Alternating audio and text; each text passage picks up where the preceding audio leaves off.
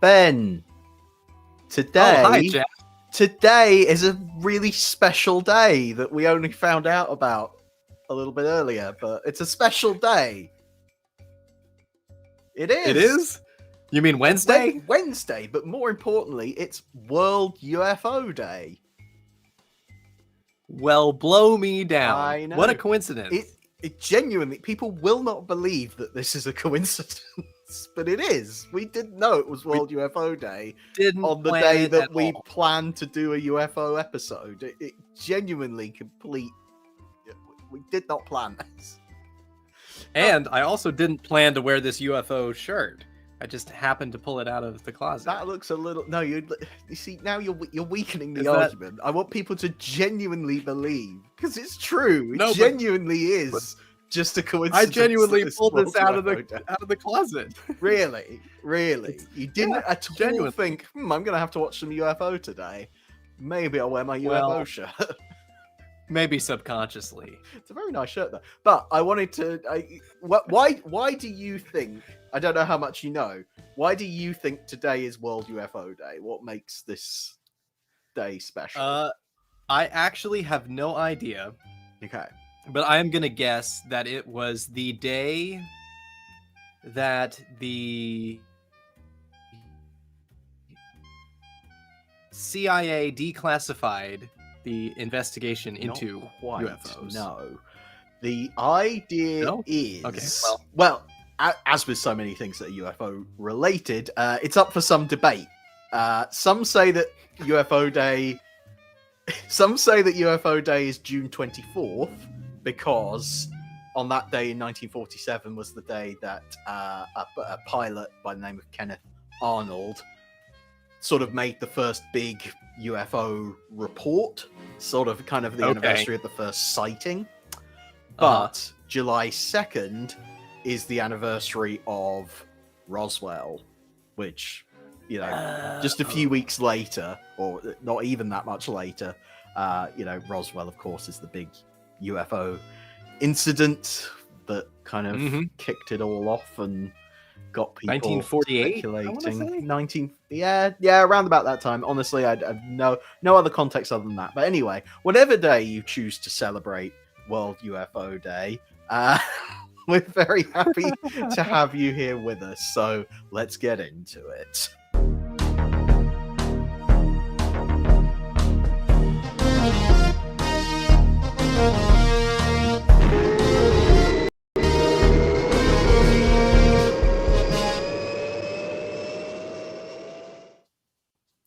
Welcome everyone to the Security Hazard Show, which is the podcast where SHADO stands for Security Hazard Audio Delivery Opportunity. Very nice. That's what we're very saying nice. Today. Now, normally this show would be hosted by Jack Knoll, the purveyor of Security Hazard and all sorts of fine Gerry Anderson shenanigans. But sadly, Jack is not with us today. We have an exact duplicate that is a perfect copy of him, so that'll have to do. Miming along to a tape recording. Yeah. Well, you could be close there. Now, what can I say about my co-host today? He looks good in a string vest.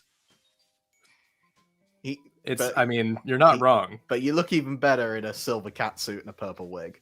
It's Ben Wolfbridge, everybody. Thank you very much. Welcome. Sadly, not wearing my purple wig at the moment. Not at the moment. It's a shame. I love that. Where's yours? So hang on a minute. You looked in your closet, and apparently it's pure coincidence that you pulled out a UFO T-shirt, but you didn't think, "Oh, my purple wig, that might be relevant today." Right. Yeah. You just left that hanging up. But okay, fine. That's exactly how it went down. Fine. If that's what you're saying. You questioning the order of events of my day? I mean, who knows? Who's to say what's real? That's true. There's a great deal of uncertainty. Yeah, very. Now that I've watched the classic episode of UFO Reflections in the Water, yes, I'm feeling very uncertain about everything. Yes, exactly. That is what we are doing today. That is our special assignment. So let's just get into it, man. You want to dive straight in? I have received a report from Spectrum Intelligence. It will mean I have a special assignment for you. Oh, beautiful. But it's a sewer. We need a team. I hope you will forgive me.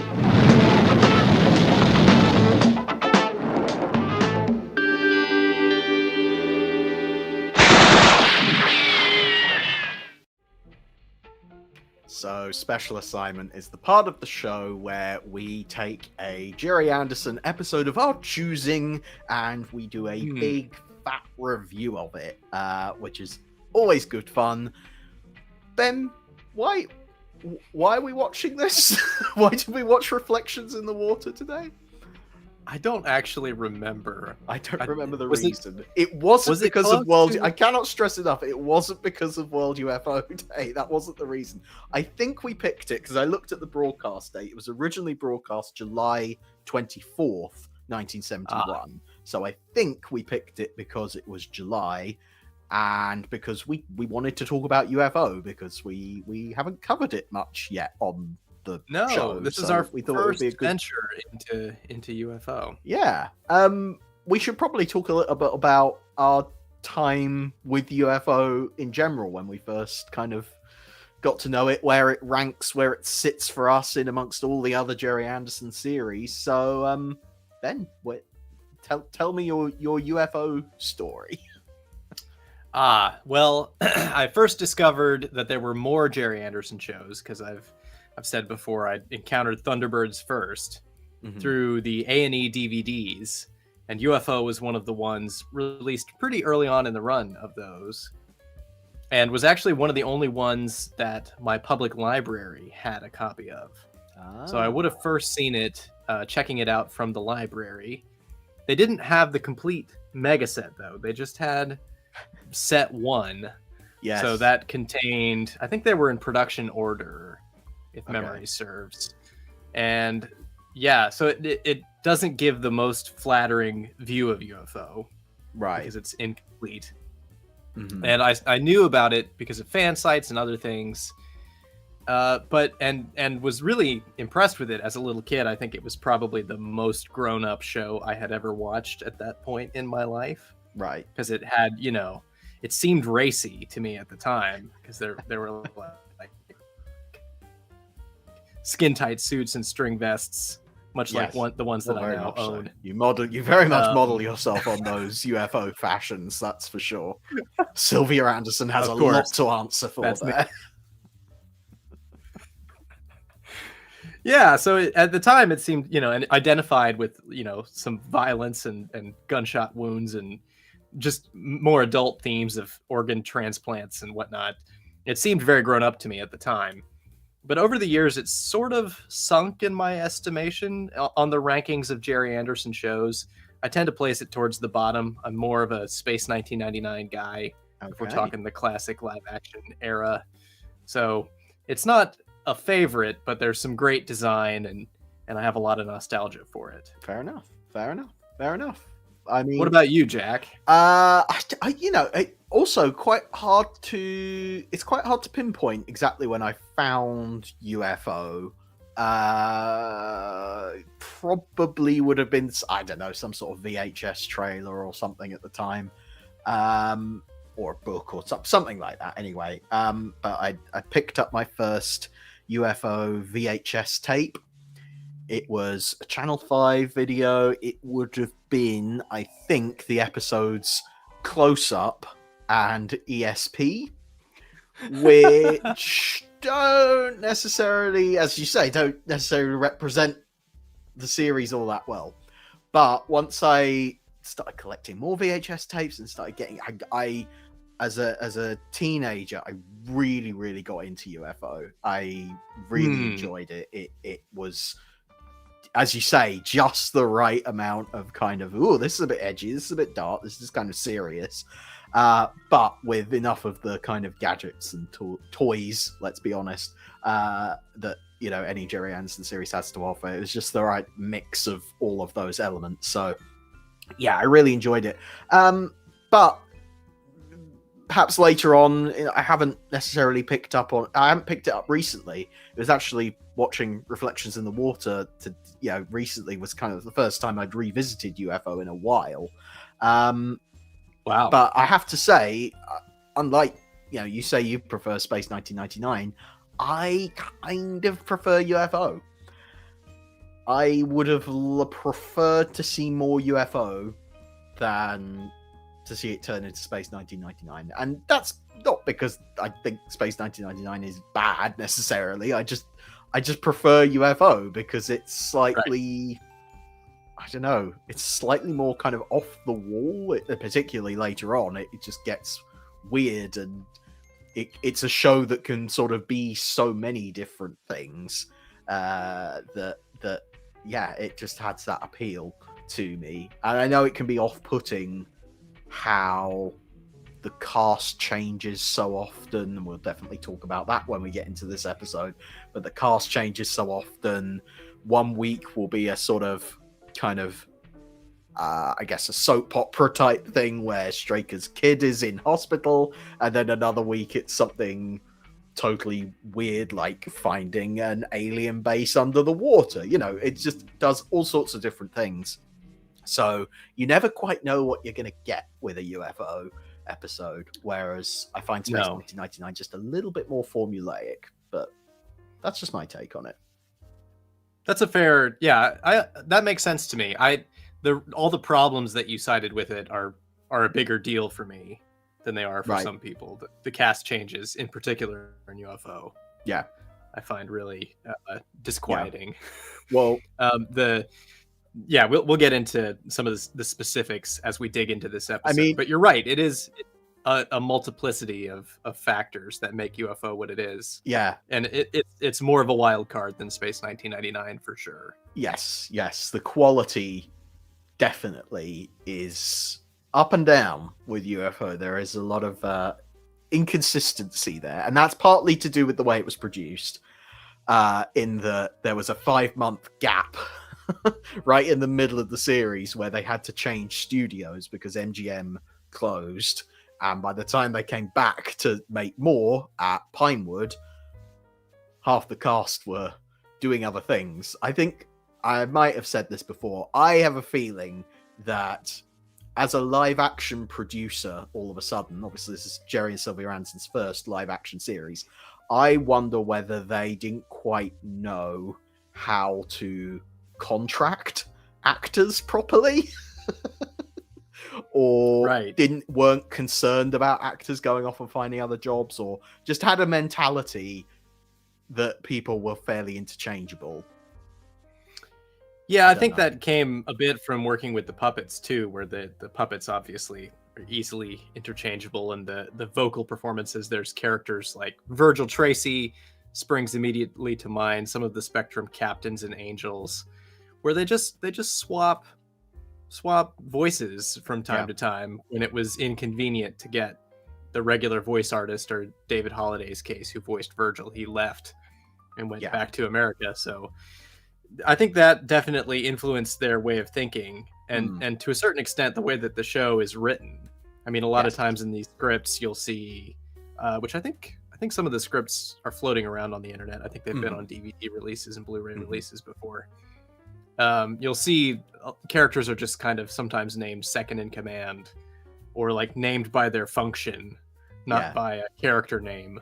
Yeah, which can work for certain kinds of storytelling, but specifically, I think the kind of boardroom drama, Planemakers, Power Game vibe, those kinds of shows depend heavily on having a specific set of characters that you watch develop and go through things. Well, you say that. The Playmakers was actually a really good example where for a whole season, they just recast Wilder's wife. Right. And they gave her a bit less to do as a result of that, because I think everyone cottoned on to the fact that the actress who replaced Barbara Murray wasn't quite at the same level. But anyway, that's a perfect example. Did it work? Well, let's put it this way. Barbara Murray came back for the rest of the show and into the Power Game as well. So, yeah. I feel like for me, if you're watching like a serialized drama of some sort, you definitely want to follow the characters through their journey. Right. And they do that to a pretty successful degree with Straker. Yes. But the other characters are kind of all over the place. In all particular, over the place. Foster, Yes. his exact role in the dynamic of the group changes a lot. It And does change an awful lot. It's Yeah, this pretty episode is frustrating. definitely a gleaming example of that. But yeah, let's get into it. The first thing running through this episode, first thing I noticed was, the opening titles. How many of those faces are no longer around? Ellis has gone. George Sewell as Alec Freeman has gone. Lieutenant Ford, Keith Alexander, gone. And that's particularly relevant to this episode, because I don't know if you know this, but Lieutenant Anderson, played by James Cosmo in this episode, was supposed to be a permanent replacement for the character of Ford. Right. I did know that. Yeah. Fascinating piece of trivia when you know that. It's interesting because obviously he doesn't turn up again. Admittedly, we're about 3 or 4 episodes away from the end of the series. Right. But yeah, like what happened there? Why was he only, if he was intended as a permanent replacement, why only the once? It's hard to say. Very weird. There is no explanation for it. It certainly would have been much more impactful if this story had taken place with Keith Alexander's character, who we'd seen and who we knew. You know, for someone, a character that we recognize to be considered a traitor, getting this spoiler territory now. There's two ways of looking at that, because I quite like that it's actually someone that we don't know, because we don't know whether we should trust them or not. Okay. So there is that angle on it as well, of like, oh, it's kind of a stranger, so we don't know whether we should trust him. However, and this is where we're just going to get into the plot of the episode. Sure. I have many issues with the plot of this of this whole episode. It is kind of ridiculous how many twists and turns and things that just don't make any sense are in there. But one of the things I take issue with is how long Straker and Foster spend not believing Anderson. They are so adamant that he's a traitor all the way through, even though all of the evidence points to, well, clearly the aliens are doing something weird here. Surely that's obvious. It's the moment when they're actually inside the alien dome. I'm fast forwarding. We're jumping all over the place. I think we're going to have to jump all over the place with this one because it's such a stupid story. It's when they're standing inside the alien dome, and it's surrounded by all this weird stuff going on. How they even get into the dome is weird in itself. Everything strange is going on, and yet they still say, "Oh, yeah, Anderson. God, he's mixed up in all of this. Isn't that weird?" And he's such a traitor. I'm like, guys, you've interrogated. Like, surely it's obvious at this point that something weirder is going on here than what you think. But, that's just one of my complaints. But anyway, they're not very flexible about that, for sure. No. And that doesn't do them any favors as far as likability of those two characters in particular, Foster and Straker. And in particular, what bothers me the most about that whole bit of that whole particular spiel is that at the end, when they've realized that they were wrong and that he wasn't a traitor after all, and they shouldn't have locked him up and pumped him full of interrogation drugs.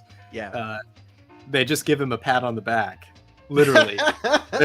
There's no apology. There's frankly, just like, with the way this episode ends, I think he was lucky to get that, because this ending. Oh my god! But we have to go back to the beginning. You're getting far ahead of ourselves. Honestly, it's really hard to even explain what happens in this episode. I was really confused. Certainly during the first half, I was confused. Sure. I was like having a really hard time keeping track of who was where and what was important and what was a red herring and all this stuff. So anyway, the episode starts out at sea, a ship called the Kingston, and a man looks over into the water, and he sees a UFO. Which is an absolutely iconic image, I have to say, from this series. Great image. Let down by his incredibly muted reaction to the whole thing. He is like, that's a bit odd. Well, he seems to think that it's a submarine, which Right. is sort of, I don't know. It's hard for me to get into that headspace of like, this was the 60s. It's supposed to be the 80s, but Right. this was made in like 1969, 1970 or thereabouts. So it would have been like the height of the Cold War, and the space race was sort of at its peak at this point. The Americans were landing on the moon.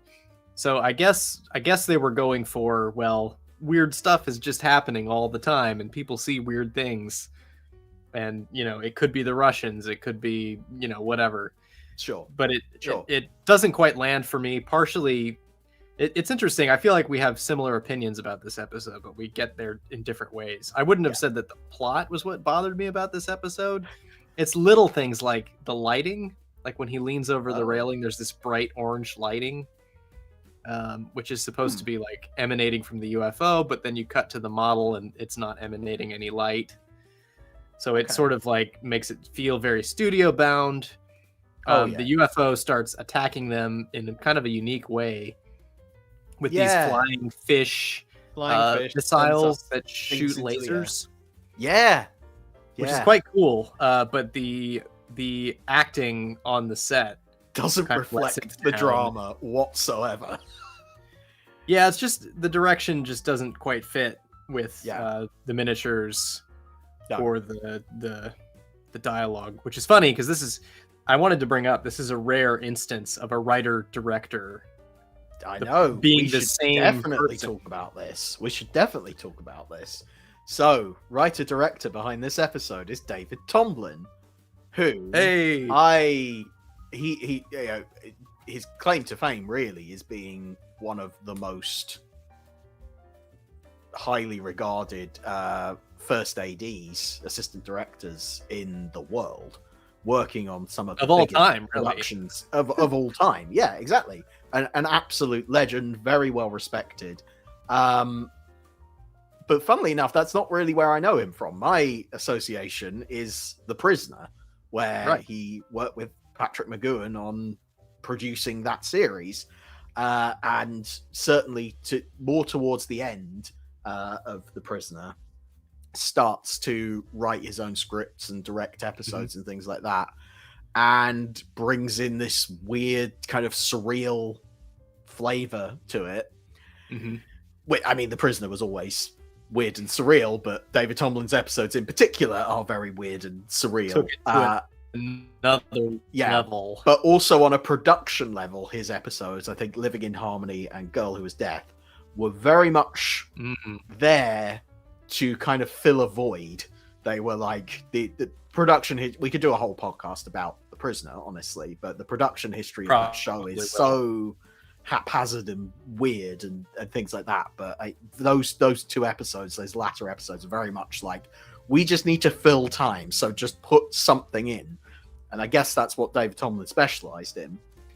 And I guess Gerry Anderson liked that too, and he got hired pretty soon after that to work on UFO. And his UFO episodes are The Cat with 10 Lives, Reflections in the Water, and The Long Sleep, which I would all argue are unusual outliers in the whole series. He seems to make it his job to take the established format of the show and go, well, I'll do something a bit different with that. Sure.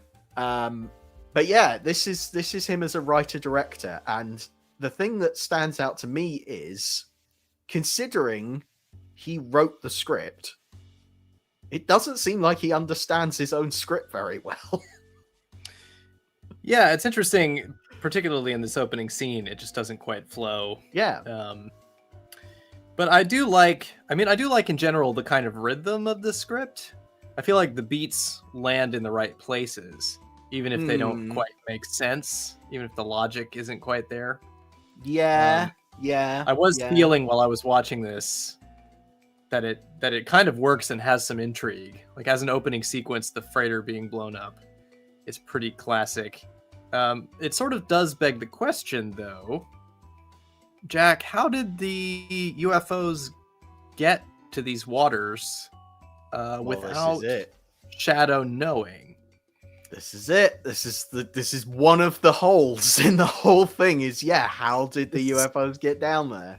Sort of a central problem in UFO and in Terrahawks, and to a lesser degree, Captain Scarlet, where you have these alien menaces, and the writers concoct a defense system, and then they have to poke holes in it every single episode in order for there to be some drama and conflict. Yeah. Zelda has to be able to get through to fight with the Terrahawks. The UFOs have to get through in order for Straker to be able to have some conflict to fight them. Right.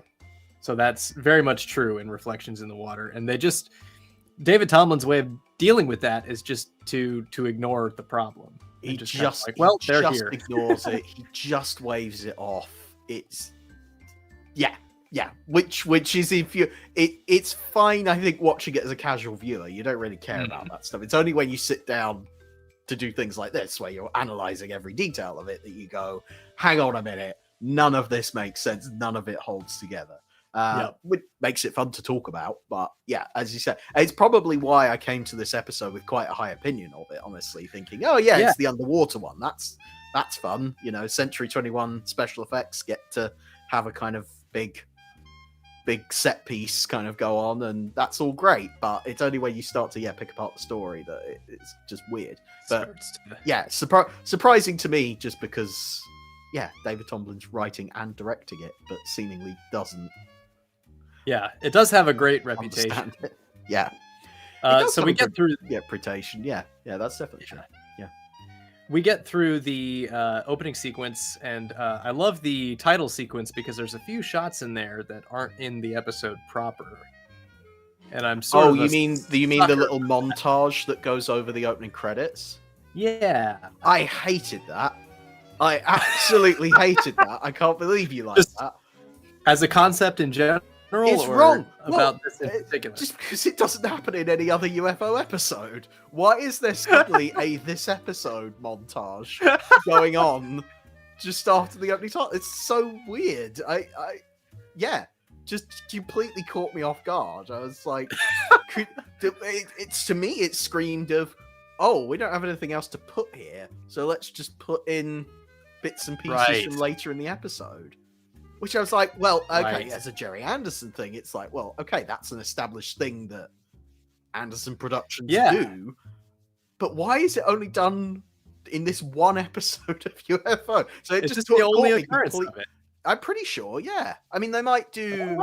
They sometimes do sort of montages of other, other things. I was like, okay, we could have a montage at this point of setting up the plot and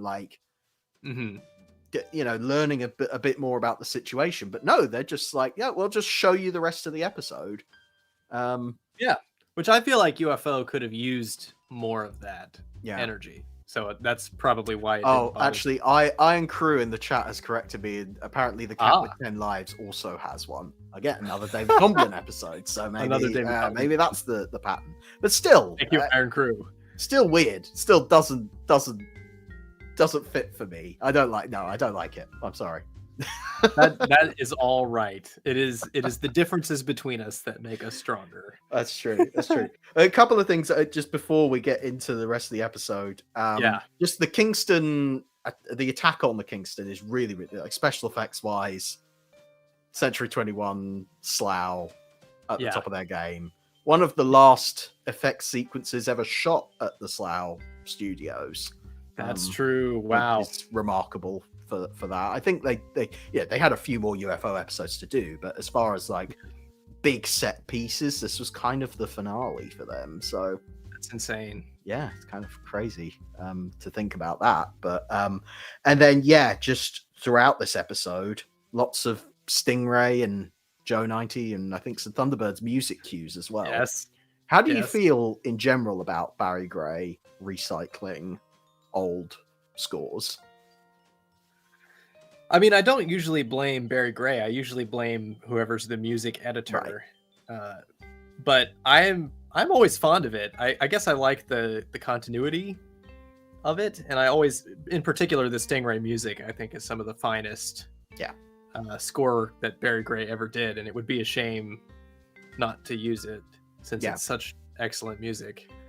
What I like is, obviously we as fans can immediately recognize, oh, that piece of music first appeared in ... But Barry Gray has a universal style, I think. So the music still, even though it's from Stingray, can slot into a UFO episode pretty easily.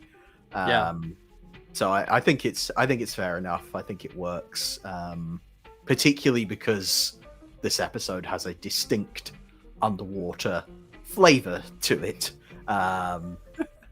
You know, to put it mildly, yes. It just fits. It just all works together. So I think the pieces are well chosen. Nothing ever feels out of place, I think. Oh, I agree. Yeah. The recycled score is well put together. Yeah. Right, and then so we get this is the part of the episode where I really struggle, and it's interesting. I was trying to read some synopses of this episode, and they all start with Straker and Foster find an underwater dome. The problem is, in the episode itself, we don't find that underwater dome until much later on, and we have to get through a whole lot of waffle first. There's a lot before you get to the dome. The waffle starts in the Rushes Theatre at Harlington Straker Studios, where Straker is having to sit through some rushes of a fishing village with a... What is this? Is it a documentary? It's the way he's talking. The filmmaker, the producer of the film, is sitting there talking to Straker in this scene, and he's kind of presenting it as if it's a statement piece of some kind, right? Like, I've made this film and it's gonna explore these themes of, you know, modern work versus the way we used to work, and changing in technology, and they catch all these fish even though we couldn't find them with our, you know, fancy fish detector. So it's like, it's a very interesting setup. I'm not sure what it's supposed to be. I'm not sure what is this guy supposed to be, like Jean Cocteau, or I don't know. I mean, it's played for comedy to an extent where Straker is clearly bored stiff by the whole thing, and we as an audience are bored stiff by the whole thing. So it kind of works together in that way. Like, this producer clearly has quite a high opinion of himself.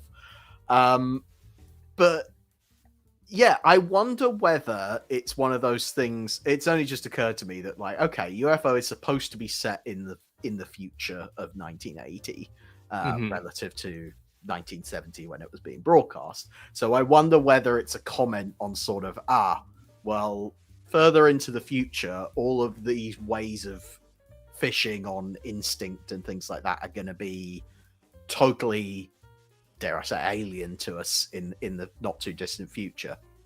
I see. But of course, even watching it now in 2025, we look at it and go, yeah, it's a fishing village. What's your problem? Why are you so obsessed with this? What's the big deal? So anyway, it lingers for just a bit too long on that stuff. Like, it's funny to an extent, but like, okay, I'm bored now. Yeah. And as you say, the whole purpose is supposed to be, oh, look, there are fish turning up in Cornwall that shouldn't be. What a revelation. Does that disturb you, that fish are turning up in Cornwall that don't belong? Not in the slightest bit. That's the problem. We're supposed to be really invested in this situation, and we're just not. And even I mean, the good thing is that even Straker is not that bothered, and he gets called away. Because Ed Bishop plays it very well. Bishop plays it well because it's interesting. Ed Bishop. We'll come back to that, but he gets called away because we've had some stock footage from a previous episode, right? Okay, involving a space vehicle being destroyed by some UFOs.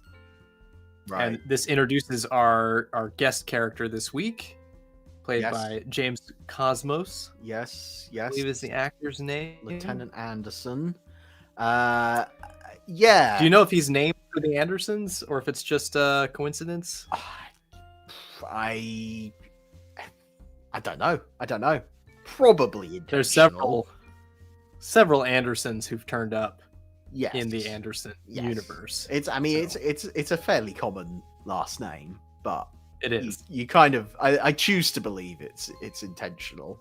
But because I think originally scripted as Johnson, but they changed that because it would have gotten mixed up with Ishia Johnson, who is already a character in the series. So I think that's some of it.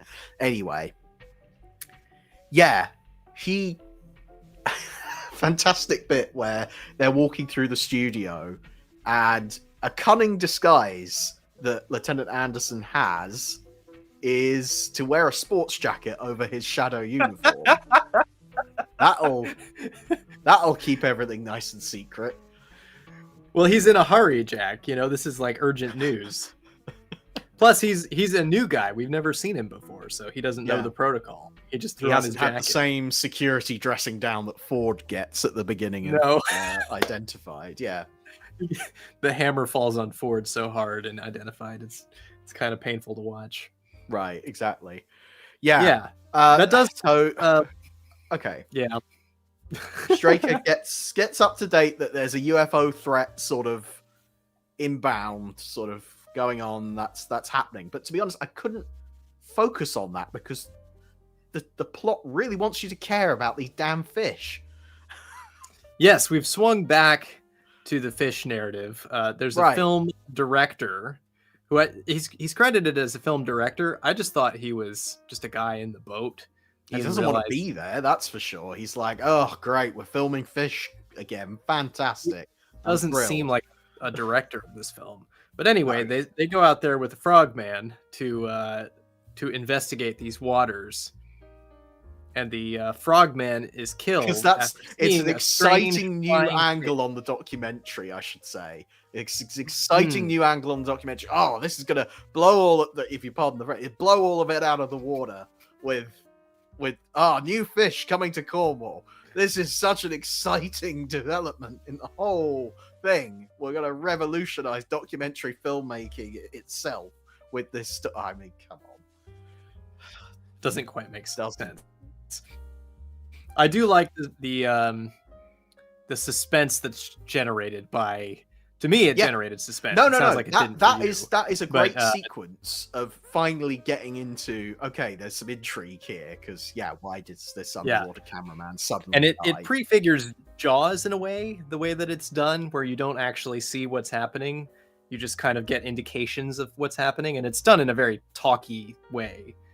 So it's not perfect, but I do like the sequence, and I like the idea that there's something mysterious going on. But, you know, again, I could quibble with it and be like, well, the way this diver who's filming for the production is killed, first of all, he doesn't get any footage, which would have been a nice way to to bring the plot forward if he had captured some footage of the thing. Yeah. And then SHADO could know, we've seen footage of it now, and it's, it's the aliens. But no, instead of that, his airline gets cut. And it doesn't quite make sense that his airline would get cut because he says in the dialogue that he sees the silver fish he says it looks like a shark or something. Right. And it just doesn't.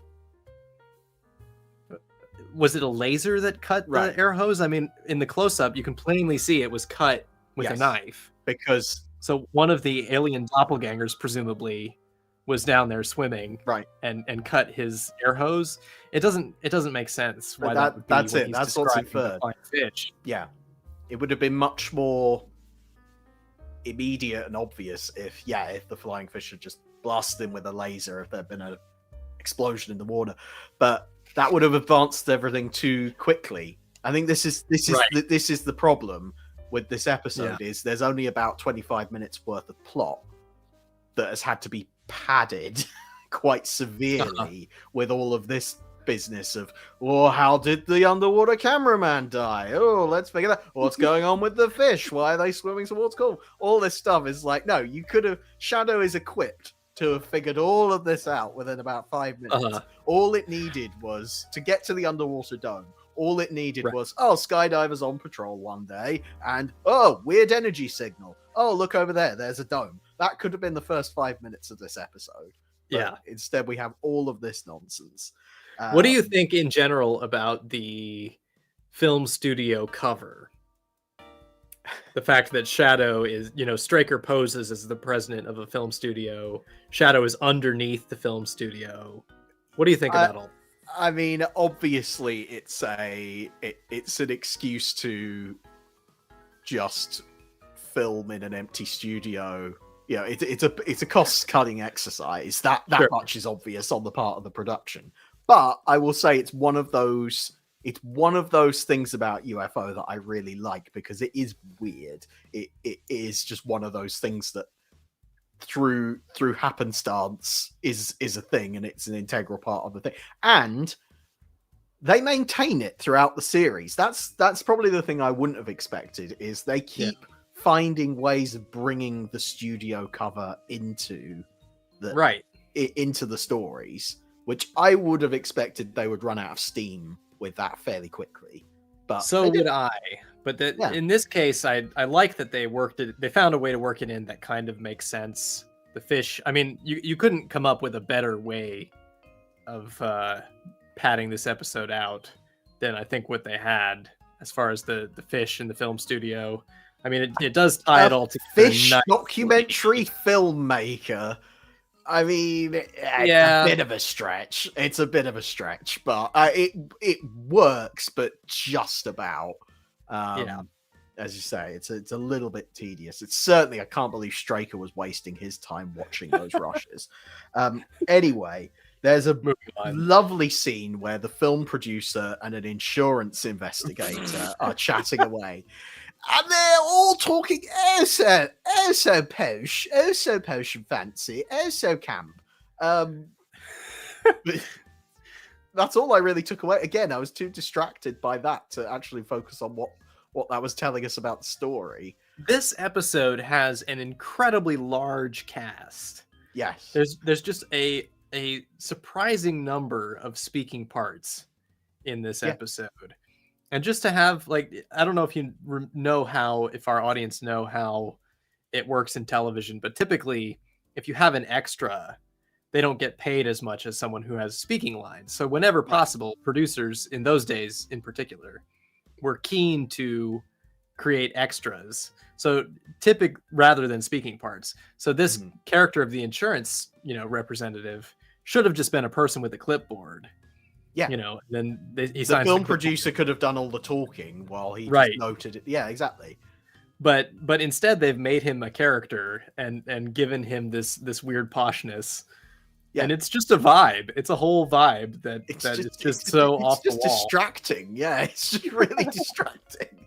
It kind of feels more like a feature film in that sense. Yeah. In that it's like, oh, well, this is like a fully fleshed out world. And of course, somebody dies on a film production and insurance has to step in and there has to be, an investigation and all this, business has to happen. So in a way, it lends it a bit more gravitas, but it's also just very silly. Yes. Yeah, exactly.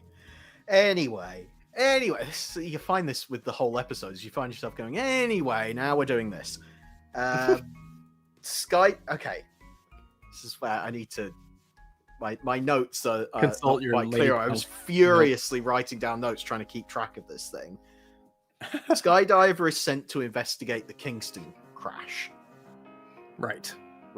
Which is how the episode should have started in the first place, because you would have thought that would be an obvious thing. That is where we left off after the opening teaser. Yes. Yeah. So then, whilst they're investigating, they are then sent to follow a stream of warm water that is leading to Cornwall, because that's how the fish are finding their way to Cornwall. Ah.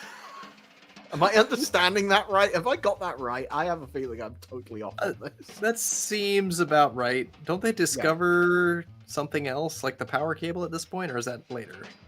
They then having found Then that they warm discover the stream power of cable. water, then Okay. they figure out, oh, it's a power cable running all the way from. Okay, what does the volcano have to do with any of this? That's a great question. Is that where the power is coming from, or is the power coming from? The power must be coming from Cornwall. But does that mean the volcano is off the coast of Cornwall? There's no volcanoes off the coast of Cornwall. Well, I don't think it's meant to be a volcano, is it? I thought it was just They use the word volcano quite often. Okay. They do. They say volcano because I don't look at it and see volcano, but okay. No. Yeah, the exact setup of what's going on here and how the pieces connect, I'm not sure of. There's also this whole time, as this kind of like, as we're slowly moving towards the dome reveal, which happens about 20 minutes into the episodes ish. Wow, that long. Gosh, okay. That long. There's a subplot forming where all these UFOs are massing in a certain area of space. Straker says it's about 4 hours away, which strikes me as weird because how do you measure their ability to travel? I guess they just know the UFO's top speed and they're like 4 hours is how long it's I gonna think they've take to probably get figured here. that out. Yeah. So they're all massing there, and it turns into a squadron of 50. And Straker figures out that these things are connected and starts feeding data into the computer via Wanda Ventham's character, Colonel Virginia Lake. Mm-hmm. And what are your feelings on Colonel Virginia Lake? She's sort of the replacement for Alec Freeman's character. Yes. Well, much like other episodes of UFO, they pretty much change out what they need her to do on a weekly basis. She is just there to fulfill whatever function is needed that particular week. Sometimes, like, Time Lash is a very memorable one where she's like right there with Straker in the heart of the action. And then there's episodes like this where she has just been shoved off to the side to read computer printouts all day long. That's her whole function. Yes. Yeah. And she gets very, very sort of put out by that. She's very upset with Straker for his attitude. And he's being an absolute twerp today. He is not being very nice. No, he's not. And it creates some drama, but not in like a good way. No, I don't think it makes nice to each other. Yeah, there's a sort of thing in some TV shows, and maybe you've seen this elsewhere. It's like conflict is just put in there for the sake of conflict. Oh yeah, and it doesn't feel like good writing to me. Yeah, it's like, well, they're not getting along, but it's not interesting, right? Because the reasons that they're not getting along are like too obvious or too straightforward. Well, you have a conflict in a TV show because you're trying to present two sides of an argument, and the audience is going to maybe pick a side one way or the other, but maybe it's not quite clear, or maybe the evidence isn't all there. But the weird thing about this conflict is everyone is in agreement that the computer is useless in this situation. They're getting nothing good out of it. Yeah. And yet they continue to persist with it, and everyone's getting frustrated with each other. And as an audience, you're just sat there going, well, just stop using the computer then if it's a problem. Or wait till you have more data. Yeah. I did think it was interesting, though, in the light of, obviously artificial intelligence now. Yes. You do find yourself having very similar conversations with an AI, where it's one of those things where it tries to give you an answer, even though it doesn't have enough information, but it tries to fill in the gaps anyway. I thought that was that was quite well predicted. That's how a computer. There is a scary prediction there. Yeah. It does just feel like it. Yeah, basically does just feel like they're using ChatGPT to do their work for them. Which, again, you're just sort of like, well, surely you have That's all the everyone who works at Shadow. Surely that's their job to strategize and figure out what. You guys have been doing this for a long time now. You should kind of have it figured out, or at the very least know to wait for more information. So yeah, that whole conflict, that whole subplot is just nothing.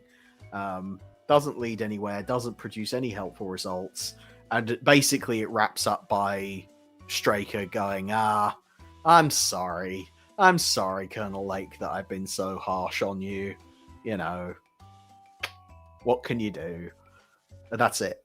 It's just like it's a very half-hearted sort of apology. Yeah, exactly. Not very successful. Yeah. Anyway, shall we fast forward to the bit where they find the dome? Because they find the dome. The dome. The damn dome. The damn dome. Yes. Yeah, and they basically just find it. They follow the cable, and there it is. Skydiver finds the dome, and then what do? They immediately send Straker and Foster in to check it out. Immediately. A classic, like, almost Star Trekian device where you send in the main characters instead of, qualified experts or, disposable personnel, anyone else. Exactly. Besides the main characters. Nah, we'll just send in, like, the head of the organization. That seems like the most sensible thing to do. But it all happens so quick. That's the weird thing. It's like we've had this thing where they're plodding along, figuring out, is it the fish? Is it the cable? What's going on here? And then suddenly the episode starts with Straker turning up on Skydiver. And we should say, and within a couple minutes, this Skydiver crew, new faces all around, completely different. They do a good enough job. They're fine. Yeah. No shade on the actors at all, but it's constantly jarring, especially when you get a sense through watching UFO that joining Shadow is really hard and takes a lot of training and time. Yeah. And, so on and so forth. Yeah. For it to be like a revolving door of cast.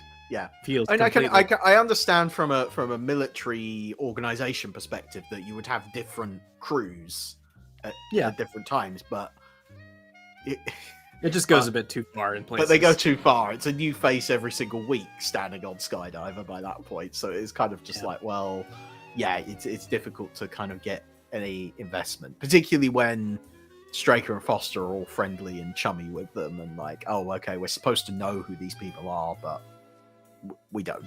Particularly when the characters aren't even given names. I don't think they're just like, oh, Skydiver person, you're filling that role this week. Yeah, goodness me, must have been frustrating. But I love, of course, Straker and Foster arrive on Skydiver and they order a cup of Skydiver coffee, trademark. Love that. I can't imagine that Skydiver has good coffee. No, of course they don't. It must be instant, like airplane coffee. Yeah. Maybe it's an ironic thing where it's like, okay, I'll have some Skydiver coffee. Yeah. Sure. That's like maybe it's an in-joke among the Shadow crew. Or maybe a ridiculous amount of the budget is spent on the Skydiver barista that we never see. Right. Yeah. Maybe they do. Maybe it is the best place to get coffee in the whole Shadow. Who knows? Anyway, and again, immediately they're off to the dome. Yes. Within a couple minutes. Suddenly... At the dome. If you like Straker and Foster in wetsuits, this is the episode for you, because they wear wetsuits in this scene and then for the latter half of the episode. Yeah. But they don't actually stay at the dome very long.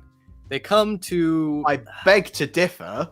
That scene goes on for ages where they're just swimming around the dome. Yes. It's tense. But not the pacing of it is very tense and everything. But I see what you mean. They don't spend a long time at the dome in that they don't figure a lot out while they're there. Yes. The actual running time, in terms of running time, they leave Skydiver about 19 minutes in, and then by 22 minutes they're back aboard Skydiver again. So it's Okay. in the grand scheme of like how long they spend in the dome in the second half of the episode, relatively speaking, it's not that long. But it is very slow paced. Slow paced. They to, don't to actually build tension. That's why they do that. It's to build tension. which is fair. They come to. Is it a window? Is it a gap? Well, they don't know. They're just like, oh, there's something going on here. Maybe if I scrape this away. Oh, look, it's Lieutenant Anderson. He scrapes it away with his knife. Okay. Yes. What do you think this dome is made out of, Jack? Do you have a theory? Is it organic? It's some. I mean, it's deliberately vague, which I like. Yeah. I think that's good. I think going into, because again, the more you think about it, the more it's like, wait, this doesn't make any sense. How did this thing get manufactured so quickly, seemingly without Shadow noticing? All this stuff doesn't make much sense. So yeah, all right. I'll for argument's sake, I'll choose to believe it's some kind of organic membrane, because they get into it. Well, we keep jumping around in the story. We're jumping around, so I'll save that for later. But anyway, it has a window, right? And they just so happen to find the window that Lieutenant Anderson is standing directly in front of at the time. I mean, it's him. It's him. Lucky, lucky, lucky. Very, very lucky. The thing that blows my mind about that, I mean, other than the incredible coincidence, is that they then turn around and go straight back. Yeah. Like, they don't investigate further. They don't send out more teams. They don't, like, plant listening devices or spy cameras or anything in the area. No. They just go back to Skydiver. Well, and then leave Skydiver. Sure. And go back they do the sensible thing. They do the sensible thing, which I actually think is kind of like, that's kind of a smart, not necessarily good for the benefit of the plot, but it makes sense that they go, we should keep this quiet from everyone else. True. You know, just in case something's going on here, you know, we don't want to out Anderson as a traitor straight away. Right. We don't want to blow up the dome straight away. Let's keep it quiet for the moment, just not to arouse any suspicion. That bit I agree. Now, yeah, as you say, for the benefit of the plot, yeah, it doesn't make a whole lot of sense that suddenly we stop. But it makes sense in other ways. So yeah, sure. So that's what happens. Yeah, they go back to Skydiver and they go back to Shadow HQ, which seems like an incredibly inefficient means of travel. I mean, to fly all the way out there and then leave Skydiver there, they must have had to rendezvous with the same plane. Like, I mean, to be fair, it depends. It depends where on earth they actually are. If they're just off the coast of Cornwall, well, that's not that far. Right. Sure. They can fly back and forth pretty easily. But if they're underneath an underwater volcano, which presumably will be somewhere in the middle of the Atlantic, which is where the Kingston gets blown up, then that makes sense. It's just, really hard to get a sense of geography on all of this. Anyway, they go back to Shadow HQ.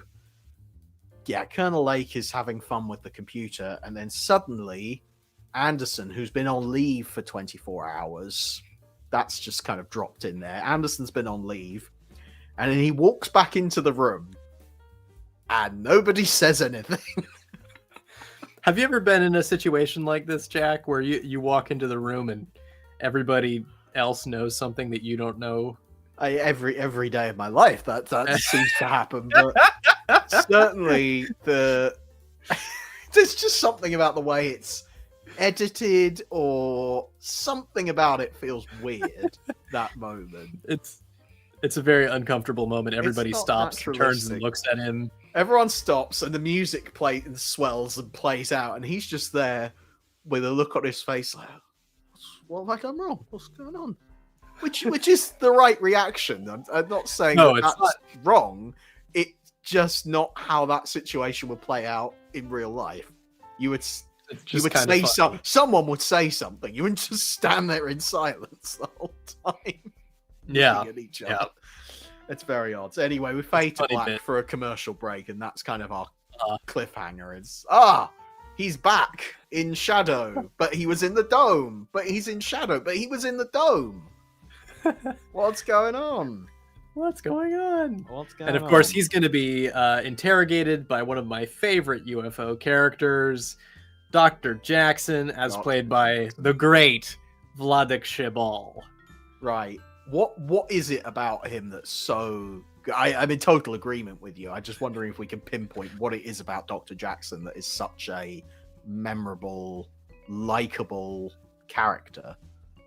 I think he sort of has, like Victor Bergman's character in Space 1999, he's a bit tongue-in-cheek about the whole thing, where he's playing it straight, but with just the right degree of humor.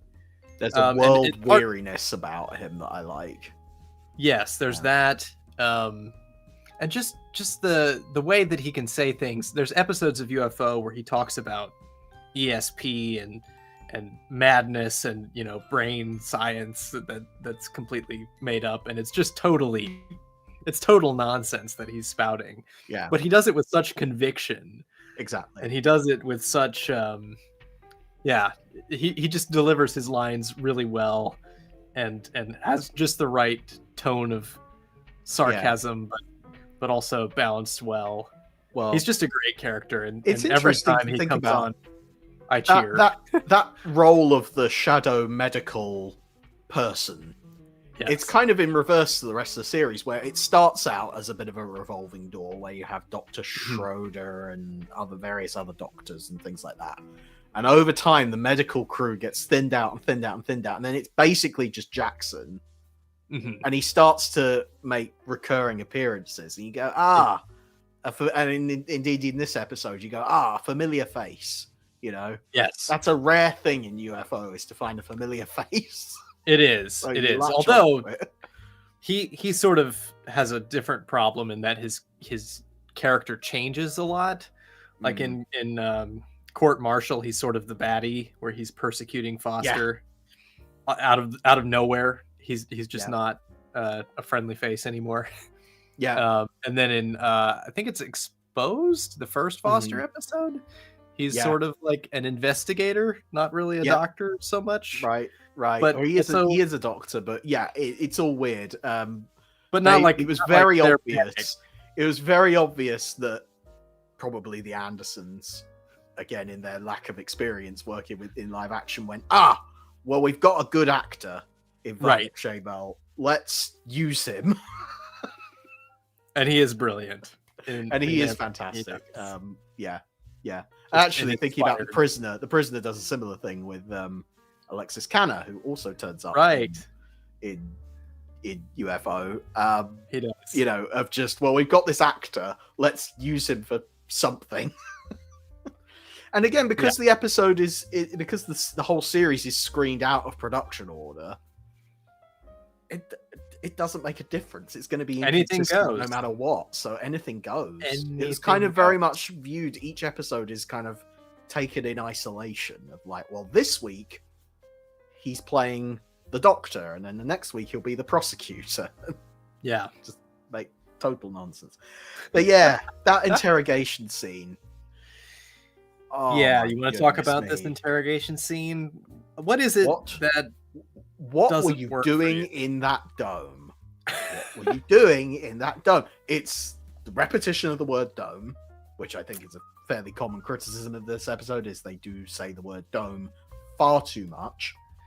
Yes. I don't disagree with the principle of like continually. Well, no, I disagree with the principle, but in terms of story, I think it's it's tense to keep pumping him with truth serum, and him continuing to give the same answers, and them going, well, clearly he's still lying. But maybe that gets taken too far. But no, to me, it's just the way the dialogue is written. It's the lines that those poor actors are having to say. For example, the line of questioning, building and building and building and building, and then the final question, the real clincher, the thing that tries to secure the whole interrogation. Have you ever been to Cornwall?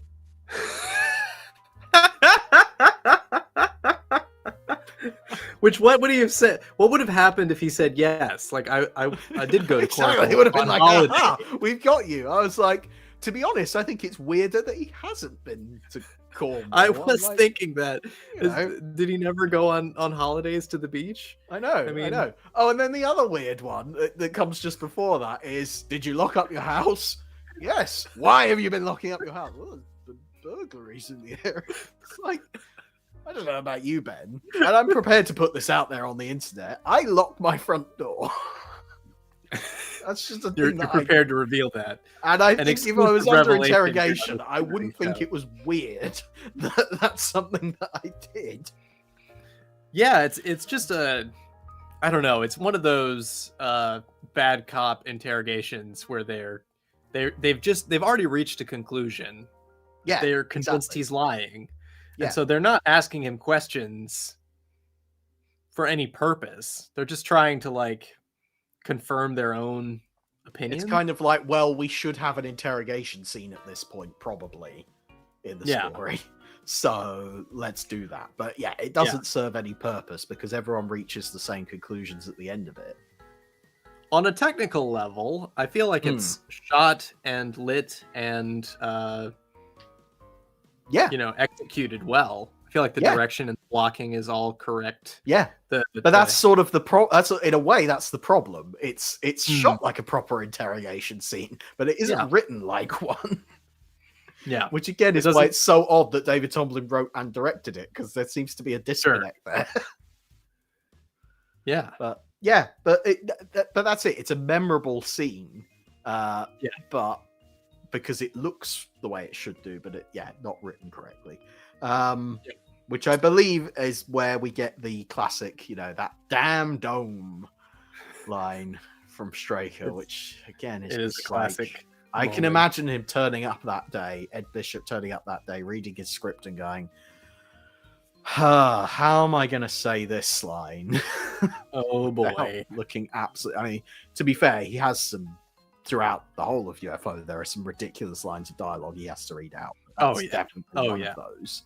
Where he just like that, please, can I say something else? Please.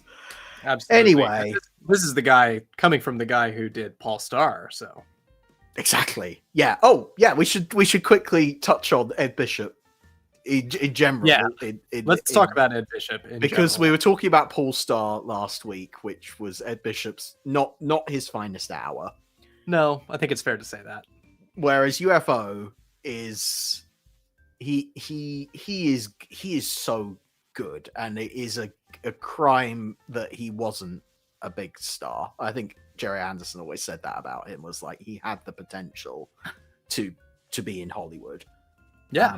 It sounds like he personally, Ed Bishop, was not interested in that. But the thing that I find kind of exciting and interesting about that is it was quite a bold move of ITC to allow the Andersons to cast Ed Bishop as the lead. Bearing in mind he wasn't, he had done lots of guest roles and things like that, but he didn't have anything to kind of, he hadn't had, as far as I can remember anyway, he hadn't had sort of like a recurring role in any previous ITC series or anything like that. Like, no, I think it's just guest roles. Like, relatively unknown. So I'm amazed that ITC were like, that's okay, you can have him. Yeah. Considering later on, Space 1999 totally hinged on the fact that Martin Landau and Barbara Bain were the stars. Yeah, the Protectors too. And the Protectors with Robert Vaughn as well. It was like, it was a big deal to have those big names in it. UFO doesn't have any of that. And I wonder if that was something that developed, because obviously during the Puppet series, Lou Grade gave Gerry and Sylvia free reign to kind of do what they wanted as far as the casting. Yeah. It would have been strange for him to interfere on that level with the voices. So maybe that was sort of the feeling going into UFO of like, well, we'll just follow that same pattern and they'll have control over the casting. And after UFO, where they had, strong feedback, especially from ITC America, there's a lot of documentation of them saying, oh, we don't like this guy, Alec Freeman, and that's why he disappears from the show.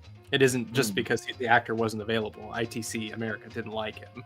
Oh, okay. I didn't know that. I did not know that. That's interesting. That is a true story. Yeah. So perhaps it was as they went through this experience of doing UFO, they learned that casting was something that they wanted to have more control over as far as loot crates, corporation, and holding the purse strings and trying to make those big American sales to bring in 60% of the funding or whatever.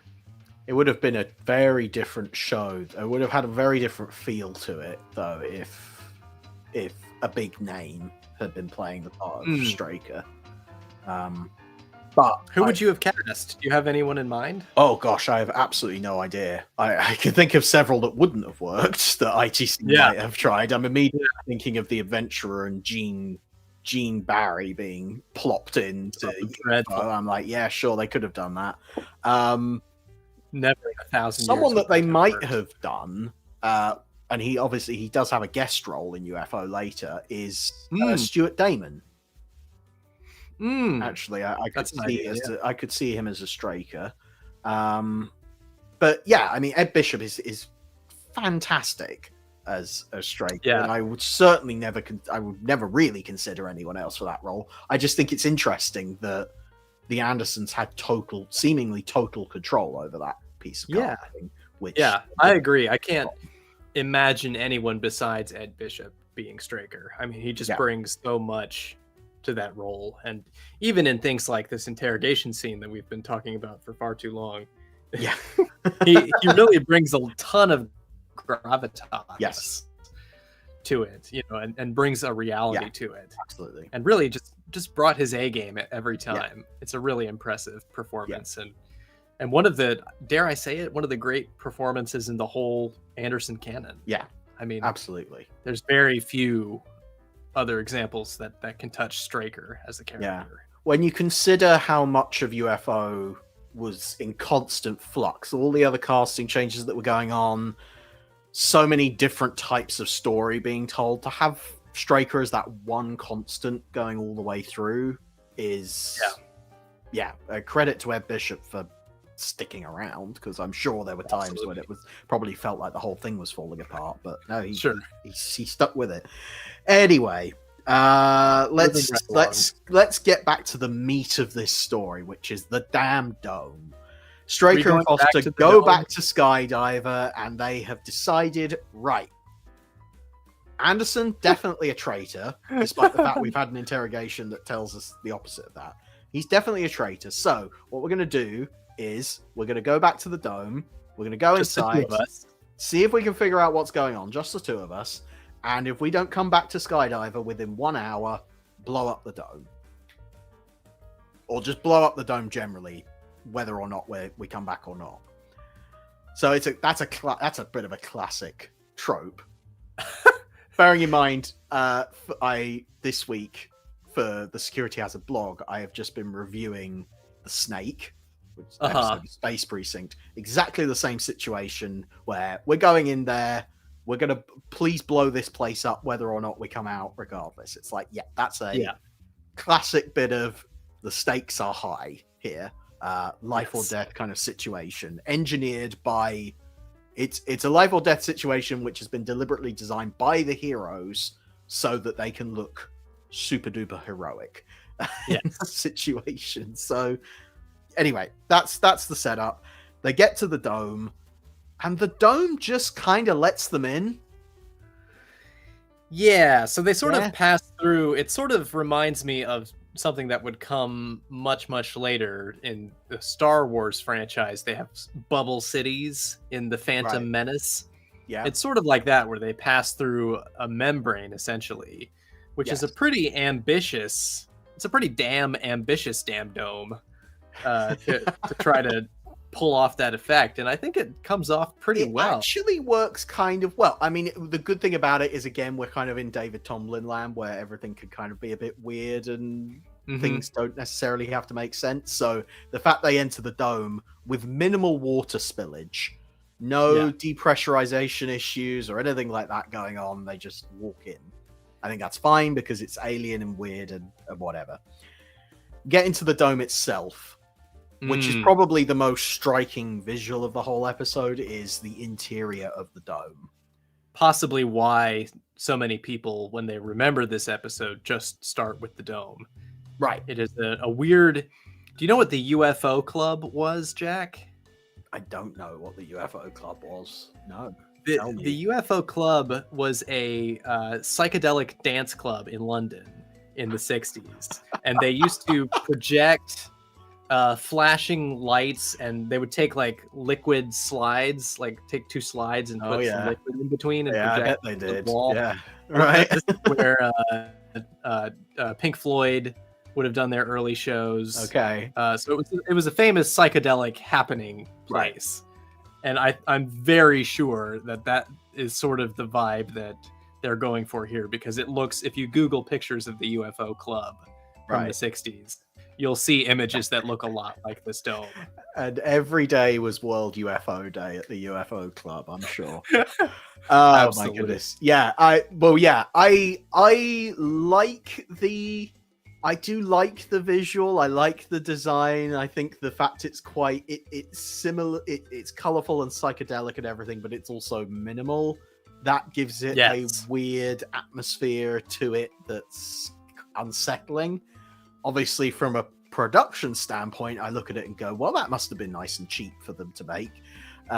Yes. I could have maybe had a few more features in there, something just to make it not feel like we're just rearranging bits of set constantly to make new corridors and things like that. But what sort of a thing would you have added? I don't know, because this is it works as kind of because it's featureless. It is good because it feels very alien and weird. Doesn't necessarily feel much like a dome. Yeah, there's one shot where they look up and they kind of see the ceiling and the shape of it, but then the rest of the time they're kind of in corridors. Yeah, which doesn't feel very domey to me. So No. it's very weird, but that kind of works because it's psychedelic. So the exact topography isn't perhaps that important. Yeah, I do like it, and I really admire in low budget productions how they creatively can use minimal set design to create big effects. Yes, which they definitely do here. Definitely. Then we get to Straker and Foster. Ooh, having a fight. They have a fight. And I have a fight. I spent that whole fight. I was totally distracted and concerned for Ed Bishop's wig throughout all of that. It's all over the place. There's a lot of distracting stuff. I'm not really satisfied by the fight sequences in UFO generally.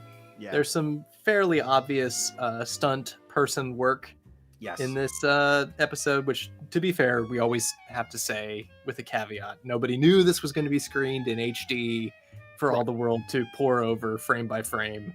Exactly. But it's very obvious, I think, even on standard definition DVDs, to me as a child, that there were stunt people at play in UFO. And when and where they come in is pretty clear. Yeah. But it is kind of an interesting moment where Straker turns to Foster, and Foster's wearing completely different clothes, but Straker doesn't notice that and just thinks that everything's hunky-dory. Turns out this Foster is hostile and starts a fight. So I forget why did they split up? To cover more ground? Was that the idea? I think it's probably something like that. Yeah, but let's be honest, it's so we could get to that fight scene. It is. Yeah. I think one of them follows Anderson, maybe something like that. They do see Anderson. Yeah. I think they just want to cover more ground, but yeah. We get a fight scene, and Foster, the real Foster, shows up just in time to see that the fight is over. Yeah. Very convenient. I will say it's done quite well when Foster has to drag away his own body. They cover the stunt double just well enough where you go, okay, I can just about buy that. That's being generous maybe, but it kind of works. Anyway, we finally get to the shocking twist of this whole thing. Of why is this dome here? What's going on? What's the aliens? Why are there duplicates? They What does it all mean? wander through a door, and they find a complete replica of SHADO HQ. Now, this is another creative use of... So, some of the people involved with UFO have complained about the fact... So, the SHADO HQ set was a permanent set at Pinewood for the run of UFO, and previously at MGM. So, when they built it, it was built to last, and they always had to use it. Mhm. They couldn't have any stories like away from it, because that would mean it would be sitting on the studio space, taking up money. It would be an expense to not use it. So they almost always have to use it. So it was a burden to the production to have this permanent set of SHADO HQ. Right. And David Tomlin, coming in late in the process, realizes this and finds a creative way to work it into a story, which is very clever of him from a production point of view.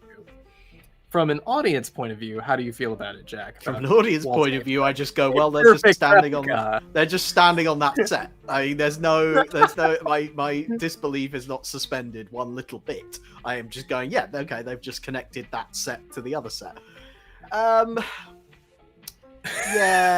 Yeah, how do I feel about that? I mean, it is ridiculous. It is a crazy leap in logic that the aliens have somehow recreated SHADO HQ and replicated all of the people inside SHADO HQ, but have not replicated their voices, because the voices need to be pre-recorded tapes that they play in and they mime to, and the whole purpose of all of this is to deceive Moonbase into letting the horde of UFOs through to attack Earth. Am I missing anything? No, that sounds about like how it goes down. Yeah. Are these robots? Are they robots? Maybe. Because I don't see how on Earth they would have replicas otherwise. Yeah, I mean, it's not something that the series has touched upon. They throw in a line about plastic surgery. Plastic surgery. Okay. Now, to be fair, in the 60s and 70s, lots of stories like this were kind of hand waved as like, yeah, plastic surgery can work wonders. Yeah.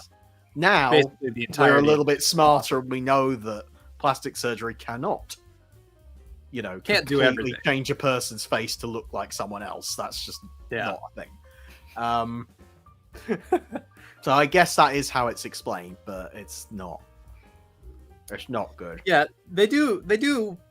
To be fair, this whole aspect of the story, they make an effort. David Tomlin makes an effort to kind of explain it somewhat, where he says, "Oh, well, they had to look like us because they see our faces on the TV monitors." Sure.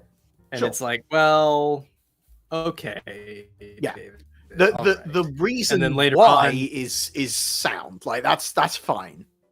But the how is left totally up in the air, and it's at the very end, Colonel Lake asks, we still don't know how they did this, how they knew what SHADO looked like, how they knew what we all looked like, how they created a perfect duplicate. And someone says, I think it's Foster says, and we probably never will know. As if that's a good thing. That's sort of like the whole explanation. It sort of implies this, which is interesting. They sort of set up this whole thing with there's a traitor in our midst. This kind of like 70s paranoia thing with Anderson. Oh, is he on the alien side somehow? But they ignore the fact that the aliens got SHADO's details from somewhere. Yeah. So there probably is a traitor in their midst. Yeah. Which seems like a good setup to another story, but they just don't. Now, is it, and this is a stretch, and maybe someone else has written about this, I'm not sure, but is it the cat from The Cat with 10 Lives that goes walking around SHADO HQ? Is that how they did it?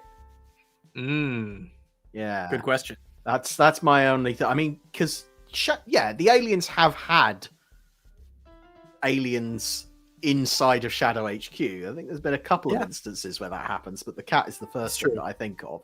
So maybe that's it. Maybe that, but that again, that's never addressed.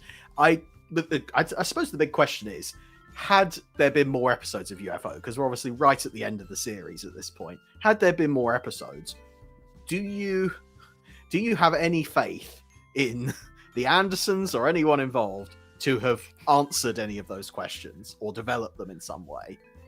No, I think it's a Tony Barwickian writing style, just in the same way that he approached the Mysterons. Yeah.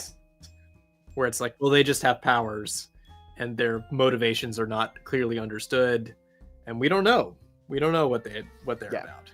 And sometimes that's good. Sometimes it creates like a spooky atmosphere where it's like these aliens, they could be anywhere at any time. They could have psychological control over us. They could turn us into psychobombs. We don't know. Yeah.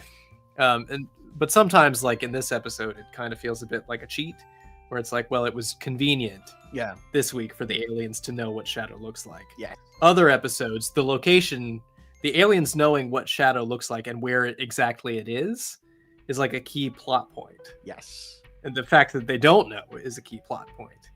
So it's just a bit too convenient. Yeah, very much just, whatever they needed that week, that's what it was.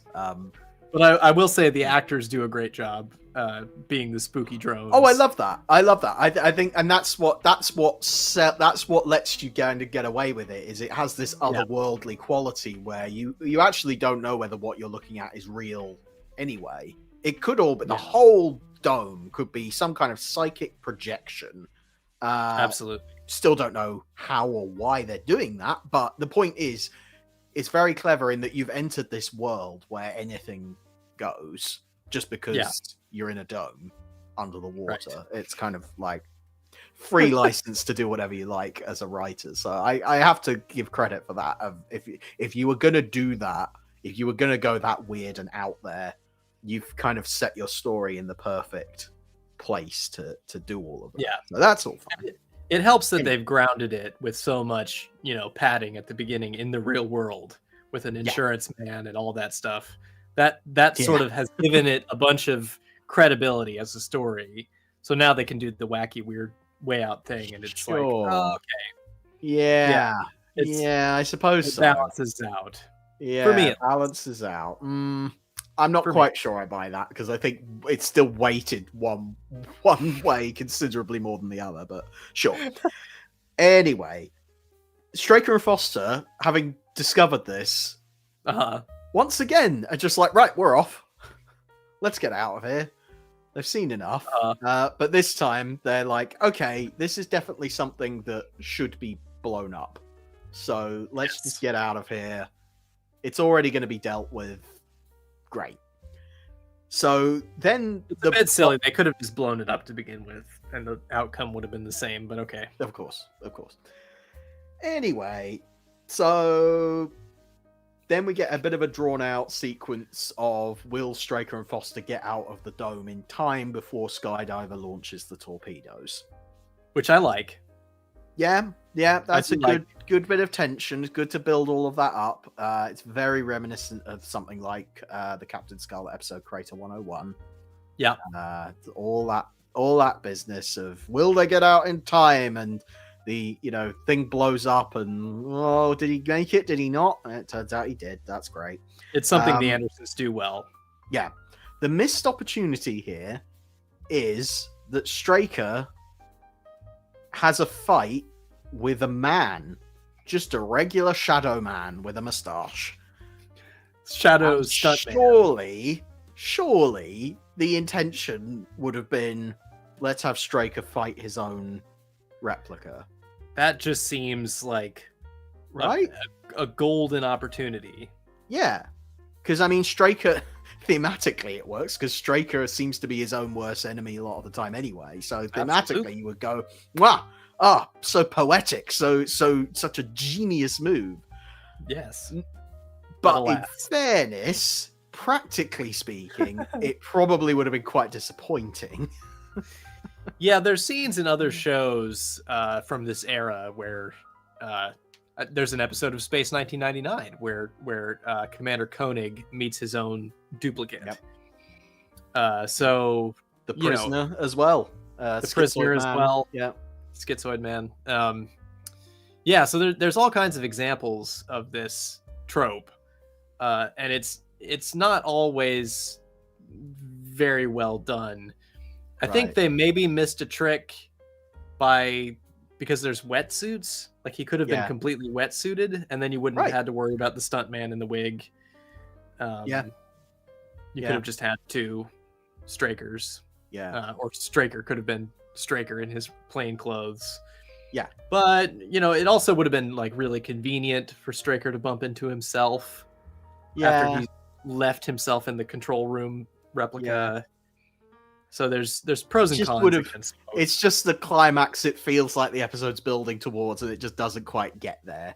Thematically, it would have been perfect. Instead, it just feels like a fight for the sake of having a fight because, we need to build some tension to delay Straker getting out of the dome.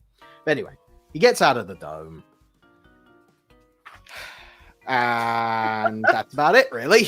I can feel your energy just like... I turned over the page of my notebook hoping to find something else, but not really. That's kind of it. Straker gets out of the dome gets blown up. Problem solved. We don't learn anything more. We don't guess at anything more. It's just, that's that solved. But we do get a really nice 5-minute action sequence, which is mostly made up of stock footage, to be fair. I was going to say, I'd almost completely wipe that from my brain because it is just stock footage. It is just a sequence of stock footage we've seen before. Yeah. But that doesn't really bother me because I enjoy watching UFOs attack Moonbase. It's very well cut together, and it is good, but it doesn't, again, because we've spent so much time in the dome and so much time, we haven't spent any time on Moonbase this week. No. So when we're suddenly on Moonbase, I'm sort of like, I'm not really invested in this, actually. I would have rather seen a big, I don't know, some sort of big attack scene go on under the water or something. Maybe a horde of UFOs could have come out of the dome and we could have had a fight with Skydiver or something like that. It does feel like they destroyed the dome a little too easily, given how much the defenses are set up earlier in the story. Exactly. There should have been a bit more of a fight there. Yes. Perhaps the stuff on Moonbase could have been shortened, but I still love the stuff on Moonbase. I'm a sucker for that footage whenever it turns up. So yeah, I like the tanks, the lunar tanks on the stuff. The lunar tanks are great. Yeah. The interceptors are one of my favorite Gerry Anderson vehicles. Yes. They're very good. They're very good. I just love them. I think the design is great. Yeah. No, it's all very good. It's all well done enough.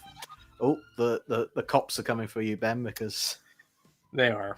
They're coming to arrest this episode. They're coming to arrest this episode. Crimes against logic. Oh, right. So what? Yeah. So then some stock footage answers the question of how are you going to deal with all this horde of UFOs? And it seems like it's supposed to be sort of the big showdown, the biggest showdown we've ever seen. Mm-hmm. But because it's all done through stock footage, I just don't buy into it. And maybe the original viewing experience would have been different. Watching it on TV in the 70s, it wouldn't have been so obvious that it was stock footage. So maybe it would have had more of an impact. But to me, it just doesn't. I guess because of I probably would have seen, because this one was in the second half, I wouldn't have seen it in order, right, as I would have for the first half of UFO.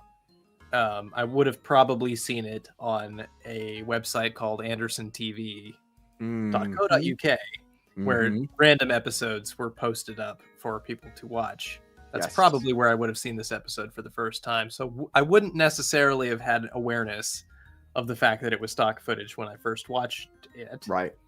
And I have a recollection of feeling like, wow, this is, because that's there's an old chestnut with UFO that I have to deal with frequently on the internet for some reason. I often run into comments where people are like, "Oh, the UFO interceptors are so dumb because they only have the one missile." All right, then come on, then let's do this.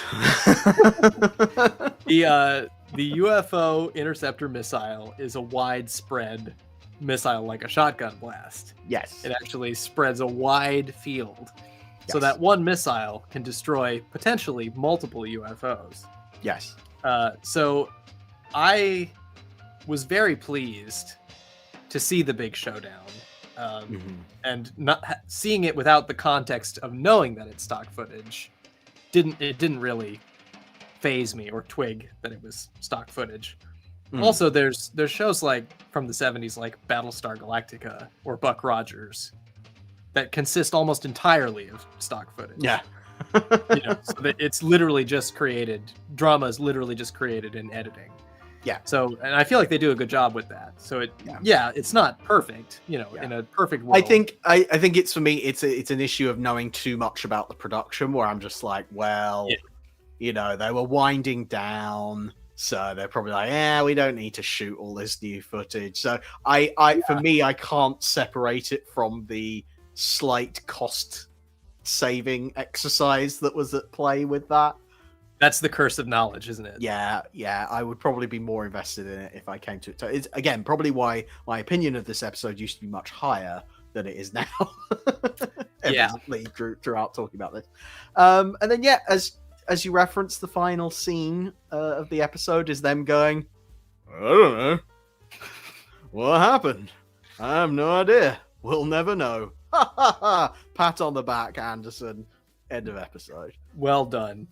Yeah, there's a moment in this episode where they're not sure if Straker's going to make it out alive, and I secretly wonder. I mean, everybody acts all relieved and they're like all worried about him and stuff, but I wonder if some of the people at Shadow were hoping that he didn't make it out. If they were like, Foster's there thinking, I might be about to get a good pay rise here. I might get that nice office when he's done with it. Yeah, I like that office. It has that nice escape hatch. Yeah. Yeah. So he's intimately familiar. Yes, of course. Right. Yeah. Well, there we I go. wonder. Yeah. Well, that was our take on Reflections of the Water. Yeah. Some memorable moments, some fun stuff in there, but overall, for me, probably doesn't hold together all that well. Shall I give my final thoughts before give your you final do that? thoughts, and then we'll get into some viewer comments, see what our viewers thought of it. What do you? My final thoughts, briefly, are that I feel like UFO is a show that struggles with balance. It never quite knows if it's trying to be like a boardroom soap opera or an action adventure show, or like a psychedelic weird show like The Prisoner. Sure. That's more experimental. This episode has all of those elements, and I think it does a good job of juggling them well.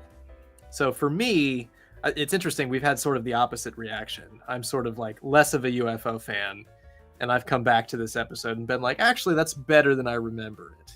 Yeah. I feel like it does. It's a pretty solid, like middle of the road, not quite a top tier, but like a middle of the road UFO episode where it if you want one episode of UFO to pick out of the bunch to kind of represent the show as a whole, this one is a possible candidate because it's very, it touches on all the themes. Yes. But it's not the best at any of them.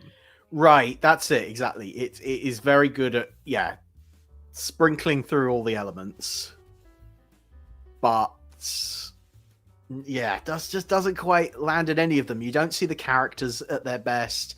You don't see the aliens being particularly devious or anything. It's not their best scheme. It's not their best scheme because it's not exactly subtle. That's the thing about UFO that I like is when it's subtle. And a whacking great dome under the water getting blown up at the end by Skydiver is not subtle. I think it's a strength that it has over other. Well, a strength. It's a contrast that it has nicely with other Anderson shows where they can be quite big and bombastic. UFO can be sort of more haunting and more atmospheric and more kind of like the menace is unseen and unknown, and cannot necessarily be dealt with a great big explosion at the end. So yeah, I think that's where it sits for me. It's not the best of what UFO can be. Yeah. I'm still not entirely sure what that is exactly, because it's so many different things. But yeah, this episode just left me going. This episode just left me going. UFO. Yeah, it's not there. Yeah, UFO, like Thunderbirds, is like everything and the kitchen sink into the format, and when it works, it's great. When it doesn't, it's just like a bunch of disjointed pieces thrown together. Exactly. That's it exactly. Right. We've had some viewer comments. A lot of them followed a similar theme. Okay. So the first person we heard from was Mr. Randomizer himself, Chris Dale of the official Gerry Anderson podcast, who did an amazing randomizer episode on Reflections in the Water. I recommend you have a good listen to that. And his comment was very simple on Facebook. He just said, "Damn dome." Sums up the episode very eloquent. Well, I think. And along similar lines, we had a comment from Rich Goodborn, who said, "That damn dirty damn dome." And Crazy Jedi 5994 says, "What were you doing in that dome?" Dome.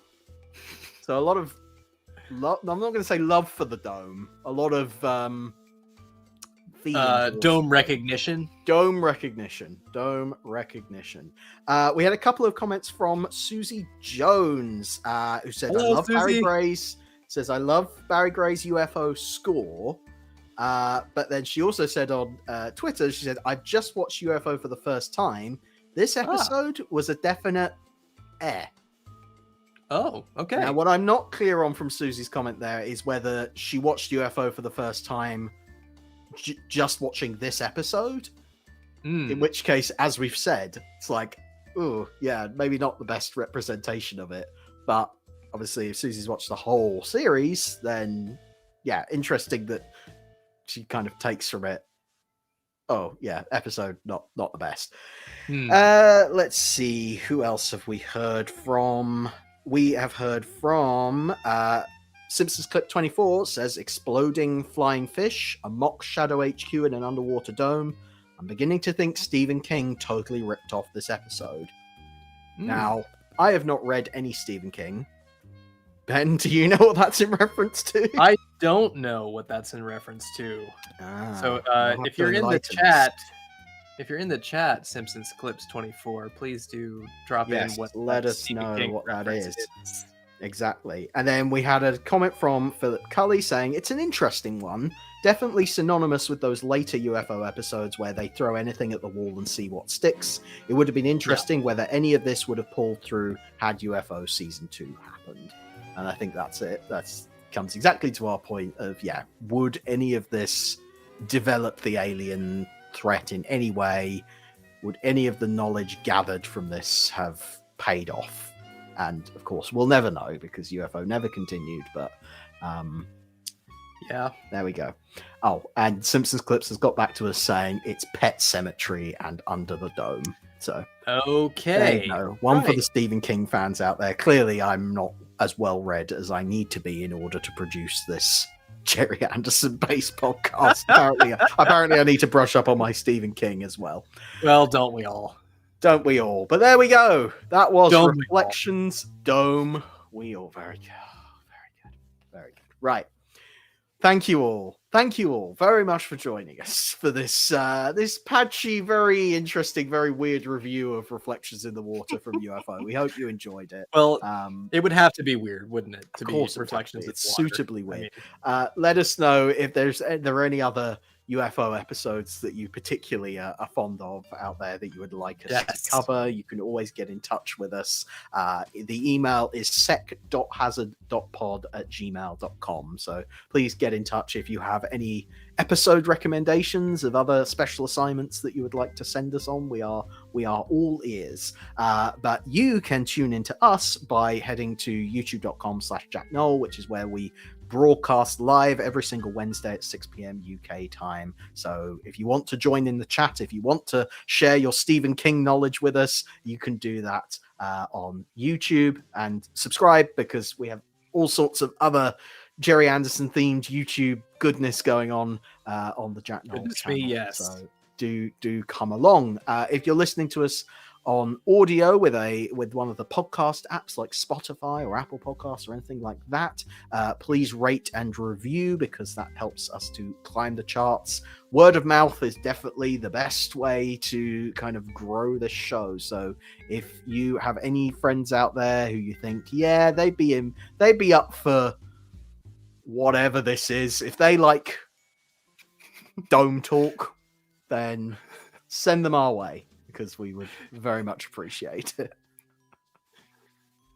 Well, I don't know how to follow that. Oh, I guess I could say that what if you wanted to grow this show from within the dome?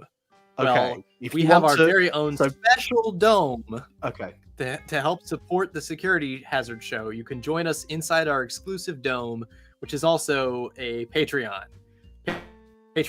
Patreon.com/securityhazard. You can support us there, and we have a slew of exclusive content, including a video that just came out, Jack, about the mole, and specifically creating the mole in Lego. Well, you all know I love a good Gerry Anderson Lego build. I've for many years been replicating classic Anderson vehicles in Lego. Some I have built physically and done videos and articles on in the past, and sometimes I just build them digitally. And what I thought would be a great idea for Patreon is, if you want an insider look into that process of how I go about designing a Gerry Anderson Lego build, and how it's a lot more complicated than you might think, then I have done a whole series in real time designing the mole from Thunderbirds, one of those classic pod vehicles, and something that lends itself quite well to being in Lego, but it has its complications and challenges along the way. So definitely head over to Patreon. That is a Patreon exclusive series that you can tune into just by giving what you can. It's available to all tiers on Patreon can get access to that series. So very in a way, affordable. it's like our own dome, but in a sense it isn't, because the dome in UFO is a replica of the world outside, whereas our dome, our Security Hazard Patreon dome, is a unique thing. It's under a movie studio. It's under a movie Underneath studio, Harley and but the point is, it's not a replica of what goes on outside. It's exclusive content that you won't find anywhere else. That's right. That's the key. There. You'll find a completely different set of SHADO crew members under our dome. But outside of the dome, you can head to securityhazard.net, where you can find all the videos, blog posts, podcasts, everything that we do can be found on securityhazard.net, including our social media, Facebook, Twitter, Blue Sky. All the links are on securityhazard.net. It's your one-stop shop. Ben, where can we find you on social media? I ran out of steam there. It's all in the dome. Yeah. You can find me on Twitter. I'm at Cinemarionette. I'm also at Cinemarionette on YouTube. Please do subscribe there. If you subscribe here, also subscribe there. Yeah. You can find so many things that I'm doing on the internet, including my Starfleet blog, or more information about my puppet films that I'm making. benwolf.page is my link tree, and that will take you to any of those projects. Absolutely, all worth taking a look at. That's today's show. That was our tales from the dome. The dome edition. I'm definitely running out of steam. It's hot here. Is it hot where you are, Ben? Nope, it's not. Oh, well, lucky you. Disappointing. I'm like the one person in the world who's not buried in a heat wave. Wow. Well, you're very, very lucky. Well, thank you all very much for tuning in. It's been great to have you along with us today. And well, we've got something very exciting planned for next week. I'm not going to reveal yet, but we do have something special planned for next week. So stay tuned, and we will see you then. Bye for now. Bye for now.